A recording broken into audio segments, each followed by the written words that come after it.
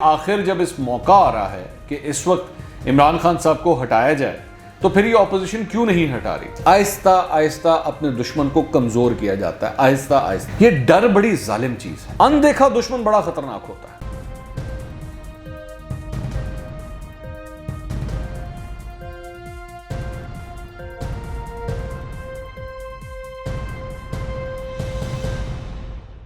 السلام علیکم ناظرین، میں ہوں منصور علی خان، اپنے یوٹیوب چینل کے اوپر آپ کو خوش آمدید کہوں گا۔ سب سے پہلے آپ سے درخواست، چینل کو سبسکرائب کرنا مت بھولیے گا اور بیل آئیکن ضرور پریس کیجیے گا، اور اگر آپ کو ویڈیو پسند آئے شیئر کرنا مت بھولیے گا۔ ناظرین، اپوزیشن نے یہ فیصلہ کیا ہے کہ پی ڈی ایم بلکہ میں کہوں پی ڈی ایم نے یہ فیصلہ کیا ہے کہ قومی اسمبلی کا اجلاس کل اٹینڈ نہیں کیا جائے گا، اور یہ جو vote of confidence Imran Khan صاحب لینا چاہ رہے ہیں اس سیشن کا بائیکاٹ کیا جائے گا۔ اچھا، میں نے اس سلسلے میں دوپہر کو 12 بجے اپنا ایک ویلاگ کیا تھا، اور اس میں میں نے پہلے ہی کیا پیشن گوئی کر دی تھی، آپ کو کیا خبر دی تھی، پہلے وہ سنیے گا۔ عمران خان صاحب ووٹ آف کانفیڈنس لینے میں کامیاب ہو جائیں گے، یہ میں آپ کو آج کی ڈیٹ میں کم از کم یہ بات بتا رہا ہوں۔ اپوزیشن اس وقت ان کو حکومت سے اتارنا نہیں چاہتی، اس کرسی سے اتارنا نہیں چاہتی۔ اپوزیشن کا سب سے پہلا ٹارگٹ یہ تھا کہ عمران خان صاحب کا یہ جو پورا قلعہ بنا ہوا ہے نا، اس قلعے کے اندر چھید کر کے دکھایا جائے کہ یہاں سے سوراخ ہو سکتا ہے۔ اب یہ آپ نے گفتگو سنی، میں نے اس کے اندر آپ کو اسٹریٹ فارورڈ بتایا تھا کہ اپوزیشن کا مقصد تھا کہ ہم نے اس قلعے کے اندر چھید کر کے دکھانا ہے، اور وہ ہم نے کر دیا ہے۔ اب آپ کا سب سے بڑا سوال ہوگا کہ آخر جب اس موقع آ رہا ہے کہ اس وقت عمران خان صاحب کو ہٹایا جائے تو پھر یہ اپوزیشن کیوں نہیں ہٹا رہی؟ میں آپ کو اس کی وجہ بتاتا ہوں، بڑی تفصیل سے بتاتا ہوں۔ دیکھیے، اس کا بڑا ایک آسان حل یہ ہے کہ میں آپ کو تھوڑا سا بیک گراؤنڈ سمجھاتا ہوں۔ یہ جو جنگیں ہوتی ہیں نا، جنگیں یہ مختلف قسم کی ہوتی ہیں۔ ایک، اور اس کو آپ نے سیاست کے ساتھ سمجھنا ہے، غور سے سمجھیے گا۔ ایک جنگ ہوتی ہے جو پہلے زمانے، بلکہ ابھی بھی چند جگہوں پہ ہوتی ہے، لیکن ایک زمانے میں جو اسٹریٹ فارورڈ ہوا کرتی تھی وہ یہ ہوتی تھی کہ دو ملکوں کی فوجیں آمنے سامنے آ جاتی تھیں، اور دے دنادن لڑائی سٹارٹ ہوتی تھی، مین ٹو مین وار جسے کہتے ہیں، وہ سٹارٹ ہوتی تھی۔ اس کے بعد تھوڑا سا سین تبدیل ہوا، اس کے بعد ایک تبدیلی جو آنا شروع ہوئی، خاص طور پہ 80s اور 90s کے اندر آ کے، 1980s اور 1990s کے اندر آ کے، وہ یہ تھی کہ جی اتنا بڑا ہیومن لاس جو کرنا ہے، آمنے سامنے لا کے جو فوجیں لانی ہے، اس سے پہلے جو ہے سافٹننگ دا ٹارگٹ فارمولا جو ہے وہ کیا جائے۔ سافٹنگ دا ٹارگٹ کیا ہوتا ہے کہ بیسکلی آپ اپنا جو ایئر فورس ہوتی ہے، جو جہاز ہوتے ہیں، آپ ان کو بھیجتے ہیں، وہ جا کے بمباری کرتی ہیں، ان کے مختلف جو اسلحے کے ڈپو ہوتے ہیں، جو مختلف ایئرپورٹس ہوتے ہیں یا بریجز ہوتے ہیں یا اس طرح کی جو امپورٹنٹ انسٹالیشنز ہوتی ہیں، ان کو جا کے نشانہ بنایا جاتا ہے تاکہ ان کا مواصلات کا نظام درم برم ہو جائے، ان کا اسلحہ وغیرہ یہ خراب ہو جائے، کنٹرول ٹاورز جو ہیں ان کو تباہ کیا جائے، اگر کہیں پہ ملٹری بیرکس ہیں ان کو تباہ کیا جائے تاکہ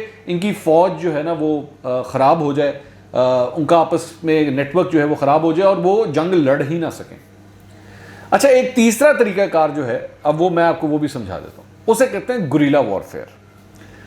گوریلا وارفیئر کیا ہوتا ہے؟ گوریلا وارفیئر کے اندر یہ ہوتا ہے کہ آپ بیسکلی اپنی فوجوں کو نہیں بھیجتے، بلکہ چھوٹے چھوٹے جتھے بھیجتے ہیں، چھوٹے چھوٹے گروپ بھیجتے ہیں، اور وہ جا کے دوسرے ملک کے اندر افراتفری پھیلاتا ہے، مختلف جگہوں کو جا کے ٹارگٹ کرتا ہے، جگہ کو تباہ کرتا ہے اور وہاں سے نکل آتا ہے۔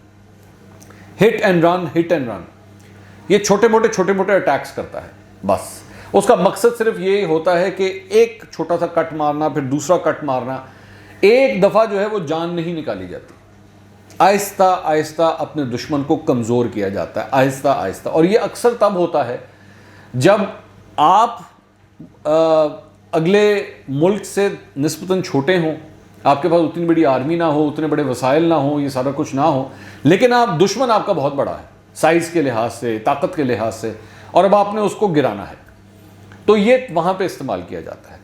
یہ عراق کے اندر بھی استعمال ہوا یہ طریقہ کار، یہ ویتنام کے اندر بھی استعمال ہوا امریکہ کے خلاف۔ اب کچھ اس طرح کا ہی فارمولا جو ہے، جو میری بات ہوئی ہے اپوزیشن کے مختلف سورسز سے اور پی ڈی ایم کے مختلف سورسز سے، اس کو میں اگر یہ کہوں کہ یہ گوریلا سیاست کا آغاز ہو رہا ہے تو یہ صحیح ہوگا۔ اب میں آپ کو بتاتا ہوں یہ گوریلا سیاست کیا ہے۔ گوریلا سیاست کے اندر بیسکلی جو پہلا اٹیک تھا وہ اپوزیشن نے حکومت کے اوپر کر دیا ہے، اور وہ تھا یوسف رضا گیلانی کو جتانا۔ اب بڑی انٹرسٹنگ سٹوری ہے, میرے ساتھ ساتھ رہیے گا تاکہ میں آپ کو سمجھا سکوں. اس فارمولے کے ذریعے آپ نے پہلی دفعہ عمران خان صاحب کی حکومت کے اندر یہ بتا دیا کہ جناب آپ کے قلعے میں چھید کہاں سے ہو سکتا ہے. یہ بہت بڑی پریشانی ہے. اب میں آپ کو بتاتا ہوں کیوں.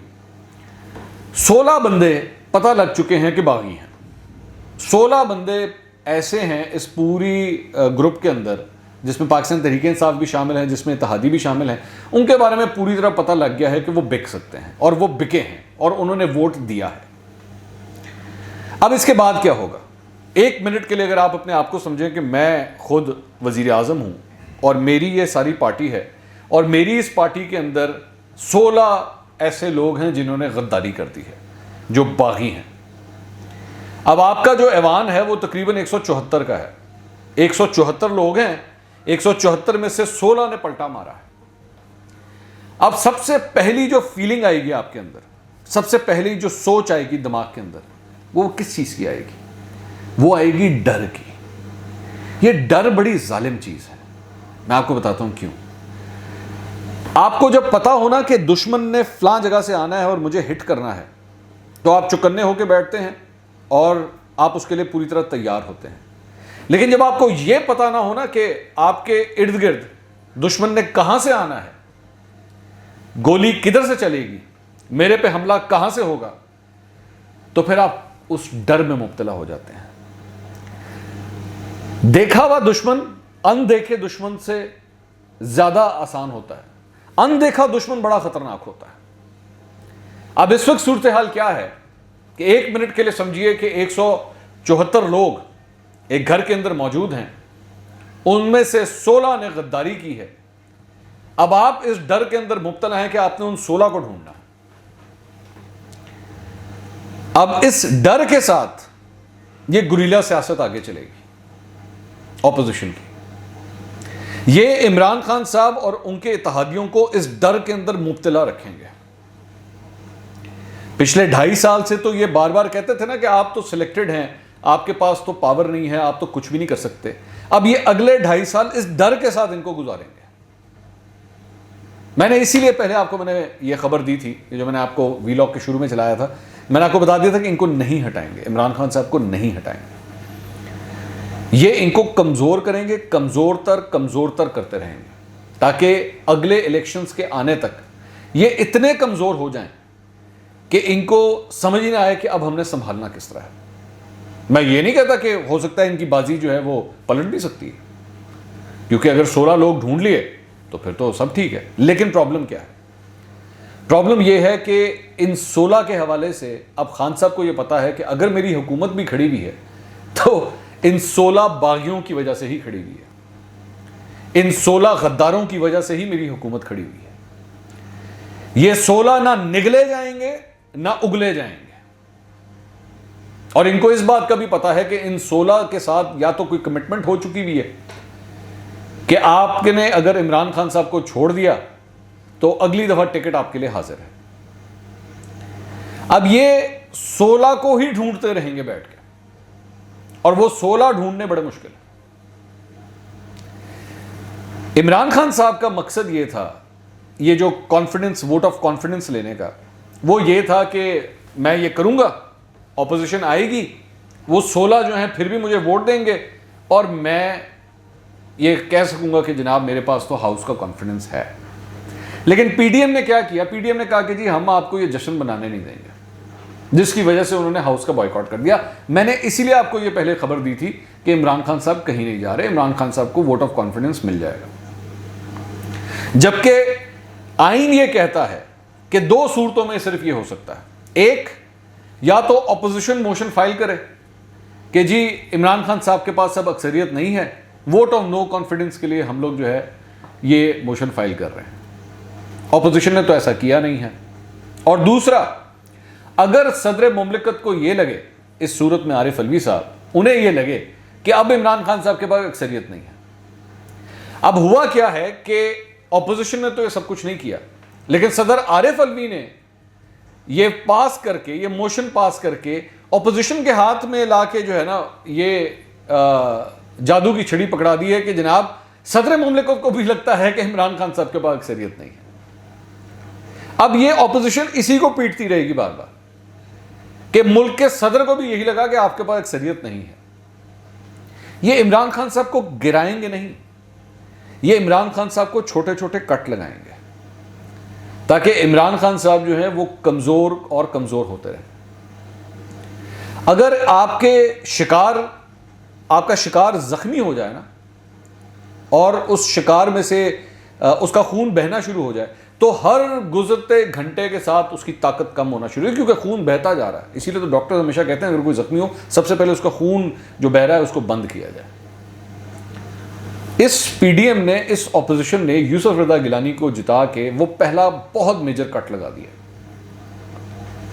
اور اب اس وقت حکومت کے حوالے سے یہ جو تاثر پھیل گیا ہے, یہ تاثر جو پورے ملک میں پھیل گیا ہے کہ عمران خان صاحب کے ہاتھ میں اب طاقت نہیں ہے, یہ بڑی خطرناک چیز ہے.